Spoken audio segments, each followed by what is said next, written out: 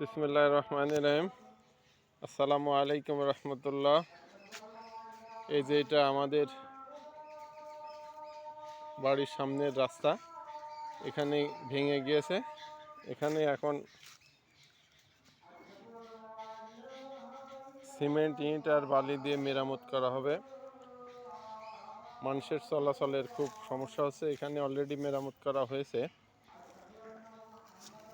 আমার ভাইস্তি শরীফ এটিকে নতুনভাবে মেরামত করে মানুষের যেন চলার কোনো সমস্যা না হয়, মানুষ যেন সুন্দরভাবে ভালোভাবে চলাফেরা করতে পারে, এই জন্য এটি মেরামত করে দিচ্ছি ইনশাল্লাহ।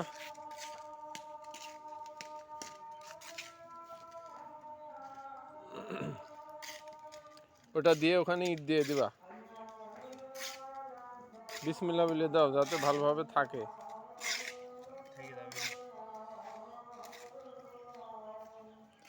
এগুলিতে অনেক গর্ত ছিল, এটা অলরেডি ভরাট করে দেওয়া হয়ে গেছে। এই যে মশলা দিয়ে ওটাকে,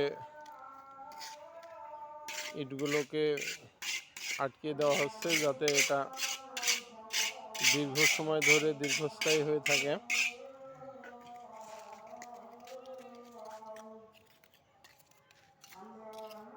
যে আমার বাড়ির কাজ চলছে।